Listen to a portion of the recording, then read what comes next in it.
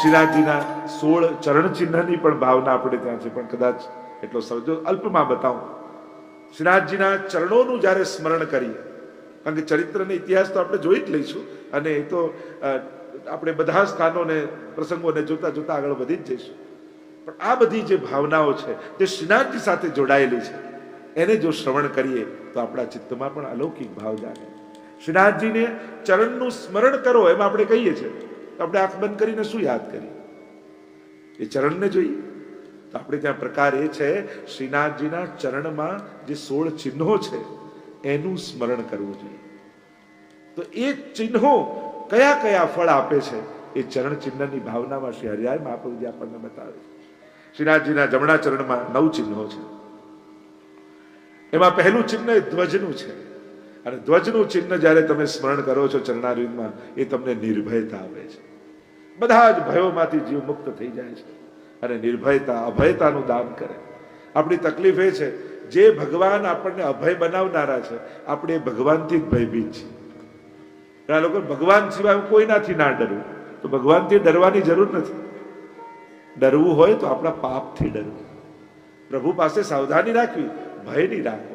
પ્રભુ તો પ્રેમ કરવાનું સ્થાન છે, ભયનું સ્થાન નથી. અને એટલા માટે તમારા ઘરે ઠાકોરજી બિરાજતા હોય, ક્યારે ઠાકોરજીનો ભય ન રાખો. તમે ન રાખો ને કોઈને ડરાવો નહીં. આ તો જેને ભગવાનના નામે લાભ ઉઠાવવો હોય ને એ જ ભગવાનના નામે ડરાવે. પ્રભુ તો નિર્ભયતા આપે. એક જગ્યા તો દુનિયામાં એવી છે જ્યાં જઈને નિર્ભય થઈ જઈએ, જ્યાં જઈને વિશુદ્ધ થઈ જઈએ, અને આપણે ત્યાં જતાંય ડરીએ છીએ. ગમે તેટલા પાપ આપણે કર્યા હોય, પણ પ્રભુની કૃપા એ બધા પાપ કરતા બહુ મોટી છે. આપણે જીવનમાં એટલા પાપ જ નથી કરી શકતા કે પ્રભુ આપણને ક્ષમા ન આપે. અને એટલા માટે પ્રભુ પાસે નિર્ભય થઈને જાઓ. ગમે તેવા અપરાધ તમારા જીવનમાં, ગમે તેવી આદત, ગમે તેવા તમે હો, પ્રભુ પાસે જતા સંકોચ ન કરો. બીજું અંકુશનું ચિહ્ન છે. જેમાં હાથી મદમસ્ત હાથી હોય, એના ઉપર મહાવત અંકુશ લઈને બેઠે અને એનો નિગ્રહ કરે, એમ મદમસ્ત હાથી જેવું આપણું મન છે. અને જ્યારે પ્રભુના ચરણારવિંદના એ અંકુશનું સ્મરણ કરીએ છીએ, ત્યારે આપણા મનનો નિગ્રહ થાય છે. ત્રીજું ચિહ્ન એ કમળનું છે. કમળ એ રસરૂપ છે, આર્દ્ર છે. એટલે કે પ્રભુના ચરણ એવા કોમળ છે, જે કમળ જેવા હૃદય વાળા છે, એમનો વાસ આ કમળમાં બિરાજે છે. એટલે કે એ દર્શન માત્રથી આપણું હૃદય કોમળ બને છે. જો પ્રભુને યાદ કરી જેની આંખમાં આંસુ આવે ને, એ જ ક્ષણે એના પાપ બધા જ ધોવાઈ જાય.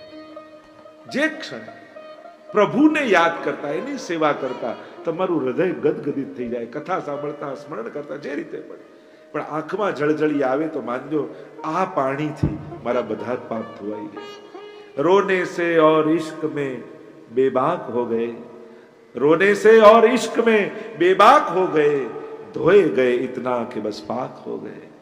બસ એ આંખમાંથી નીકળેલા આંસુ આપણને પવિત્ર બનાવી દે છે. તો આવા આ કમળના દર્શનથી હૃદય કોમળ બને છે. ચોથું ચિહ્ન એ વજ્રનું છે. જેમ વજ્ર મોટા મોટા પહાડોને તોડી નાખે, એમ આપણે પણ કર્મોના, પાપના પહાડો આપણા જીવનમાં છે, પણ આ વજ્રનું સ્મરણ કરો એટલે બધા જ પાપો ખંડિત થઈ જાય. આ વજ્ર એ પાપોને તોડી નાખે, એવી તાકાત પ્રભુના ચરણારવિંદમાં છે. પાંચમું ચિહ્ન એ સ્વસ્તિકનું છે. સ્વસ્તિક મંગલવાચક છે. સ્વસ્તિકનું સ્મરણ કરતા જ આપણા અમંગલનો નાશ થાય અને મંગલની પ્રાપ્તિ થાય. સર્વ મંગલો આપણા, કારણ કે મંગલ રૂપ નિધાન સાવરો, મંગલ રૂપ નિધાન. બધાઈમાં આપણે ગાઈએ જ છે, મંગલના નિધિ પરમાત્મા છે. અને એટલા માટે જીવનમાં મંગલ જોઈતું હોય તો પ્રભુ પાસે જવું. સાહિત્યકારો એટલે જ કહે કે મંગલ ઉપર જીવન છે કે નહીં, એના માટે લોકો શોધી શોધીને અડધા થઈ ગયા કે મંગલમાં જીવન છે કે નહીં. તો મંગલમાં જીવન છે નહીં એના માટે મહેનત કરી, પણ જીવનમાં મંગલ પ્રગટ્યું કે નહીં એનો વિચાર માણસ કરતો નથી. આપણા જીવનમાં મંગલ છે કે એનો વિચાર પહેલા કરવો જોઈએ. સ્વસ્તિકનું સ્મરણ કરવાથી અમંગલનો નાશ થાય. બને તો રોજ સવારે અથવા રાતના સૂતા પહેલા આ 16 ચિહ્નોનું સ્મરણ કરો. તમારા જીવનમાં એક બહુ મોટું પરિવર્તન આવશે. સર્વ દુઃખો સમાપ્ત થશે, પરમાનંદની પ્રાપ્તિ થશે. છઠ્ઠું ચિહ્ન એ અષ્ટકોણનું છે. એ અષ્ટવિધ ઐશ્વર્યોને આપણને આપે છે. સાતમું ચિહ્ન જવનું છે. જવ એ ધાનનો રાજા છે, અને જે એનું સ્મરણ કરે એના જીવનમાં ક્યારે અન્ન ખૂટે નહીં. જો પ્રભુ તો ભાવના ભૂખ્યા કહીએ છે, પણ વૈષ્ણવ જેના ઘરે ઠાકોરજી બિરાજતા હોય, ઘણી વાર મોટા મોટાના ઘરેથી લોકો ભૂખ્યા જાય, પણ સાધારણ હોય પણ પ્રભુ બિરાજતા હોય ને, એ કણિકા લેવડાયા વગર ન મોકલે. આપણે ત્યાં તો પ્રભુ આરોગ્ય, એનું પ્રમાણ શું કે આપણે પ્રસાદ લેવા બેઠા હતા ને એટલામાં કોઈ ભૂખ્યો વૈષ્ણવ ઘરે આવી ગયો, અજાણતામાં વૈષ્ણવ આવી ગયો અને એને લેવડાવીએ ને કણિકા, ત્યારે માનજો આજે ઠાકોરજી રાજભોગ બહુ પ્રેમથી આરોગ્ય છે, તો જ આવું સંભવ. અને એટલા માટે વૈષ્ણવના ઘરે જ્યારે પણ કોઈ આવે તો કમથી કમ એક કણિકા લેવડાવીને જરૂર આપવું. આપણે ત્યાં તો વાર્તા સાહિત્યમાં જુઓ, ભલે છોલે ધર્યા, આજ સુધીના ઇતિહાસમાં મોટા મોટા 56 ભોગો ઠાકોરજીના થયા છે અને બધા 56 ભોગો ભૂલાઈ ગયા છે, પણ પદ્મનાભદાસજીના છોલે આજે આપણે યાદ કરીએ છીએ. વિચાર કરો, આ વૈષ્ણવતા છે, આ ભાવના છે. આગળ ઉર્ધ્વ રેખા છે ઠાકોરજીના ચરણારવિંદમાં, ઉપર તરફની રેખા, એટલે કે એનું સ્મરણ કરતાની સાથે જીવની ઉર્ધ્વ ગતિ થવા લાગે છે. બે પ્રકારની ગતિ કઈ છે, અધોગતિ અને ઉર્ધ્વ ગતિ. માણસના વિચારોનું પતન એના પતનની શરૂઆત છે. નબળા વિચારો તમને, સામર્થ્ય હોવા છતાં નબળા વિચારો તમને આવવા લાગે તો માનજો કે બુદ્ધિનું પતન થઈ રહ્યું છે. આવું નબળું કેમ વિચાર? એ ગરીબને આપતા એમ થાય કે આ બગાડશે તો નહીં ને રૂપિયા, તો તમે બગાડ નથી કરતા. આપણે કેટલા બગાડ નાખી એમને પેડપી નાખી.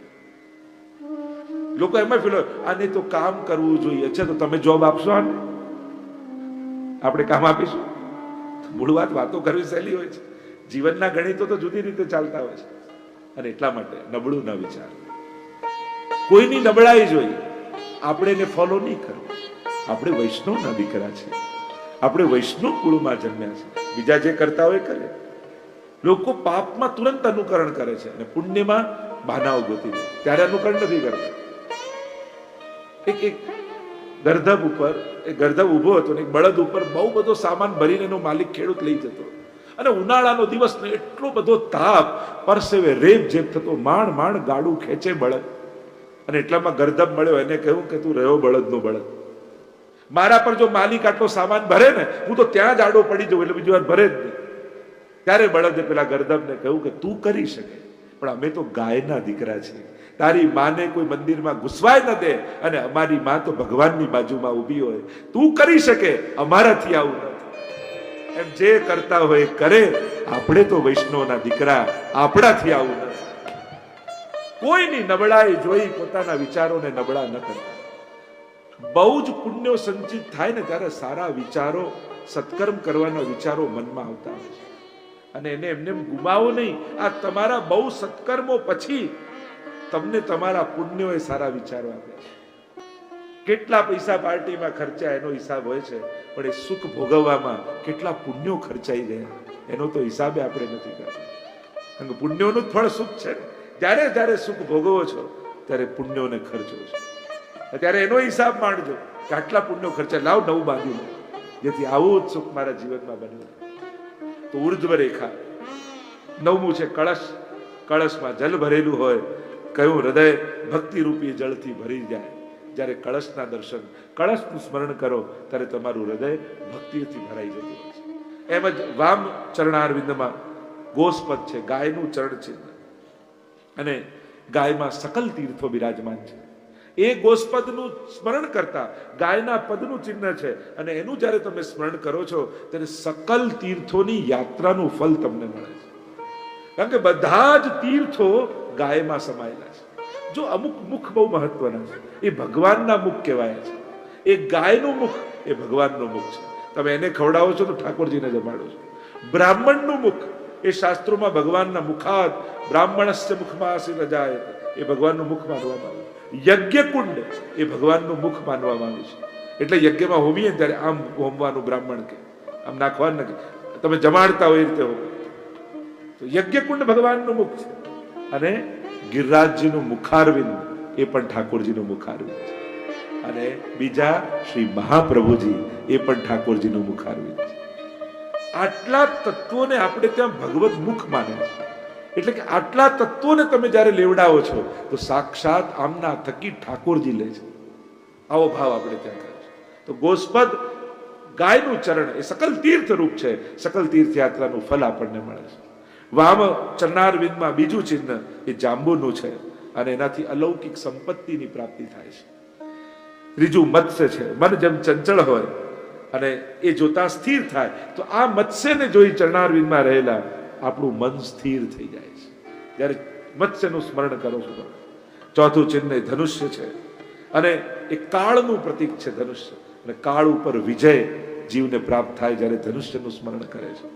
ત્રિકોણ એ કામી, ક્રોધી, લોભી, દુરાચારી આ બધા જે પ્રકારના જીવો છે એ જે જીવની અંદર રહેલા દોષો છે આ ત્રિકોણના દર્શનથી મુક્ત થાય છે દોષોથી.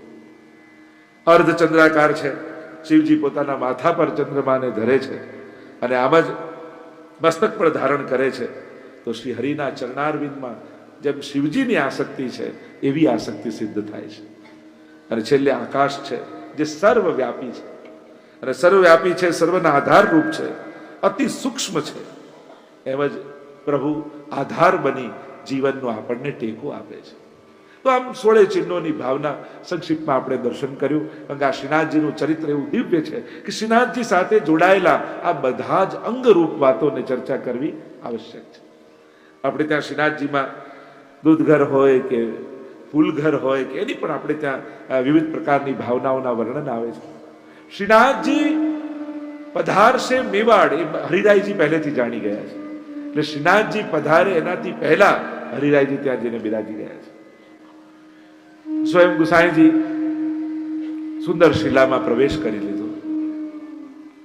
ગુસાઈજી પધાર્યા નિત્ય લીલામાં ગિરિરાજજીની ભીતર, અને એટલા માટે જ્યારે જ્યારે આપણે સુંદર શિલા પાસે ઠાડા હોઈએ ત્યાં ગુસાઈજીને પણ દંડવત કરવા, કારણ કે નિત્ય ત્યાં ગુસાઈજીનો વાસ છે.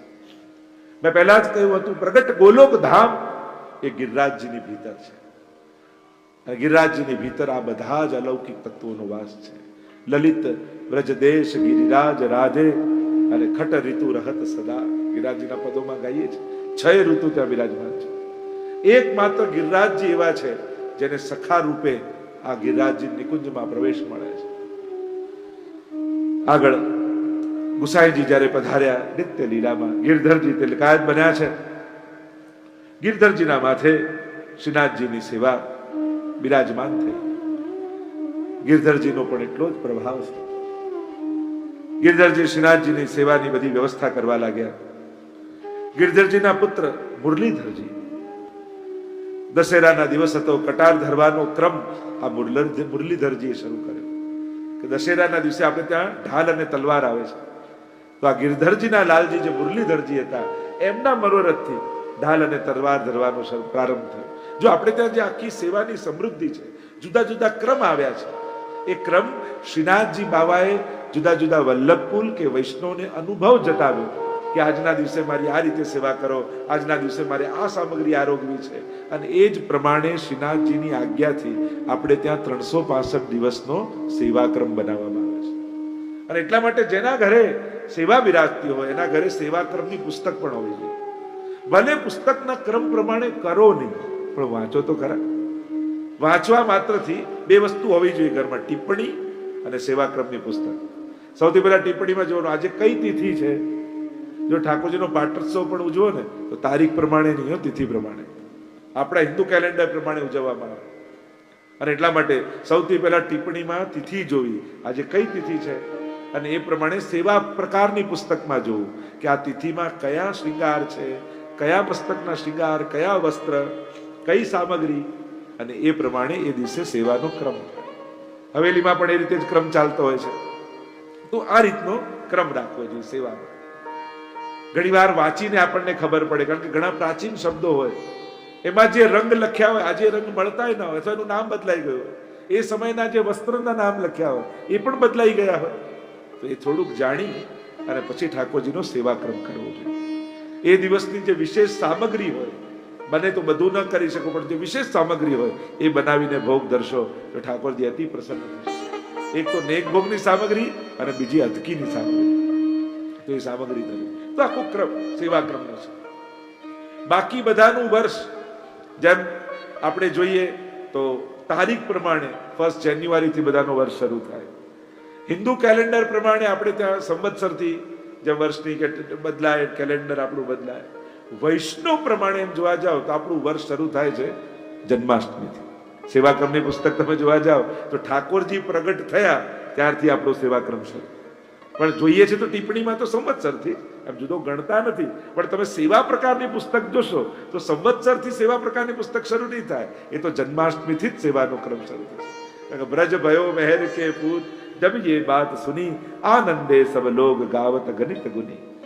અને ઠાકોરજી પ્રગટ થયા ત્યારથી જ આપણો વર્ષ પ્રારંભ થયો.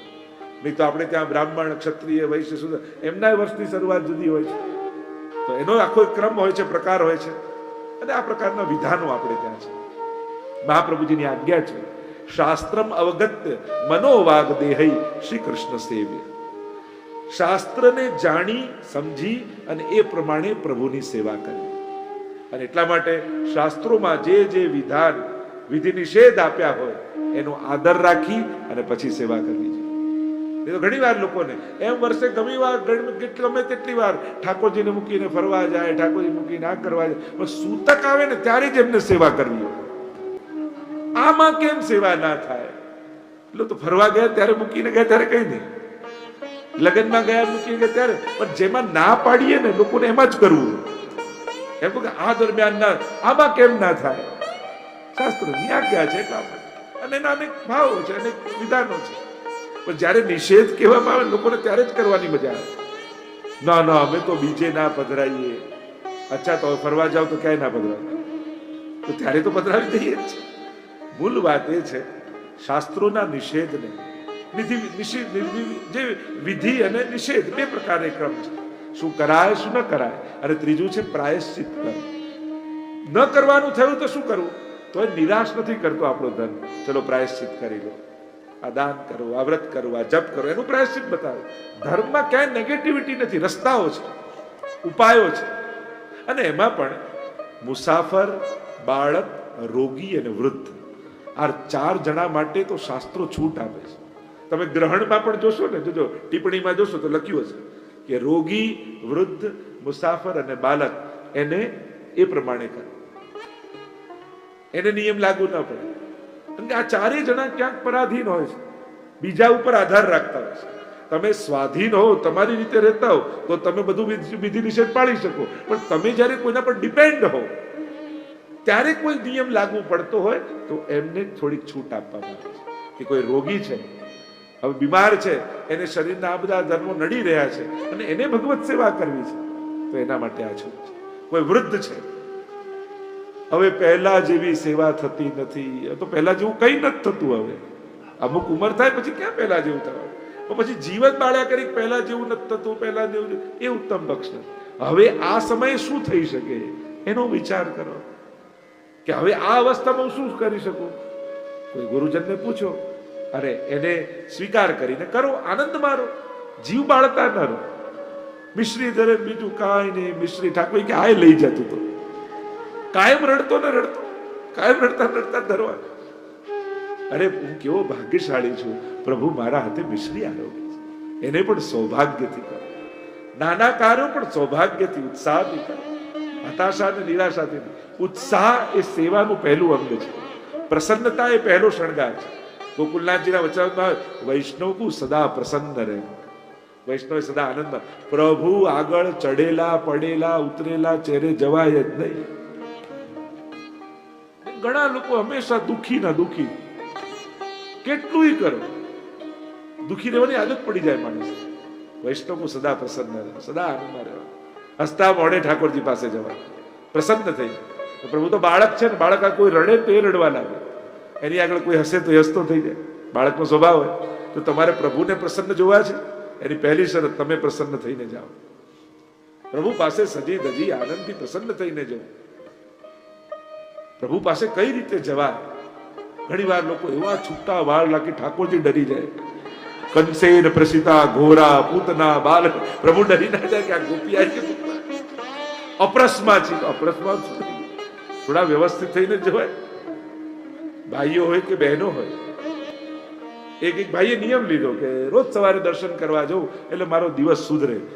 15 દિવસ ગયો તો બીજા ઠાકોરજી પીઠ દઈને બેઠા હતા કે પ્રભુ મારો દિવસ સુધરે એટલે દર્શન કરવાનું. આ તો ઊંડા થઈ ગયા. પ્રભુ કે મારે દિવસ સુધારવો હોય કે નહીં? મને તું રોજ દેખાય સવારે, તારો ચહેરો પડેલો ચઢેલો ખીજાયેલો ચહેરો જોઈને મારો જ દિવસ બગડે. અને એટલા માટે પ્રભુનો દિવસ બગાડો નહીં, ઉત્સાહથી જાઓ, આનંદથી. તમારા ઘરે પ્રભુ છે. કોઈના બેંકમાં બેલેન્સ ખૂબ પડ્યું હોય તો કેવો છાતી ફુલાવીને ફરતો, ઘણા પડ્યા છે, રવિવારે ફરતો ત્યાં તો બેંકે બંધ હોય, જોઈએ તો એ ના મળે, કેવો ફરે. તો જેના ખાતામાં લક્ષ્મી છે આટલો ફુલાવીને ફરે, તો જેના ઘરમાં લક્ષ્મીનો નાથ છે એને તો કેટલું ફુલાવીને ફરે, કેટલા આનંદમાં ફરવું જોઈએ. મારા ઘરે લક્ષ્મીનો નાથ બિરાજે છે, પ્રભુ મારા ઘરે બિરાજે છે. તમારો ચહેરો જોઈને ખબર પડી જોવી જોઈએ કે આના ઘરે ઠાકોરજી લાગે છે. એ પ્રસન્નતા. સેવા કરવી એટલે હાથ ધોવા ટેરો લેવું જ નથી, આપણું ક્ષણે ક્ષણ ઉત્સવ બની જાય. તમારો દરેક વાર તમારે તહેવાર બનાવવો હોય તો ઘરે ઠાકોરજી પધરાવી લે, તો તમારો દરેક વાર તહેવાર બની જશે. આજે તો આ ઉત્સવ, આજે તો આ ઉત્સવ. અરે દર્શન ભયો સવેરો હરિજુકો દર્શન. અરે એમના મંગળા જગાવીને એના મુખના દર્શન કરવા, એ રોજનો વૈષ્ણવનો તો ઉત્સવ છે. આજે પ્રભુના દર્શન થાય, કેવો આનંદ એના ચહેરા પર. તો આ વૈષ્ણવતા, વૈષ્ણવી જીવન એટલે પ્રતિપલ ઉત્સાહ સાથે જીવવું, ઉમંગ સાથે જીવવું. આપણો તો માર્ગ જ ઉત્સવનો માર્ગ છે. હતાશા, નિરાશા વૈષ્ણવના ઘરમાં, એના મનમાં એની જગ્યા જ નથી, કારણ કે એના ઘરે શ્રીજી બિરાજે છે, આનંદ રૂપ પ્રભુ બિરાજે છે, પરમાનંદ રૂપ હરિ બિરાજે છે. એના જીવનમાં આનું સ્થાન.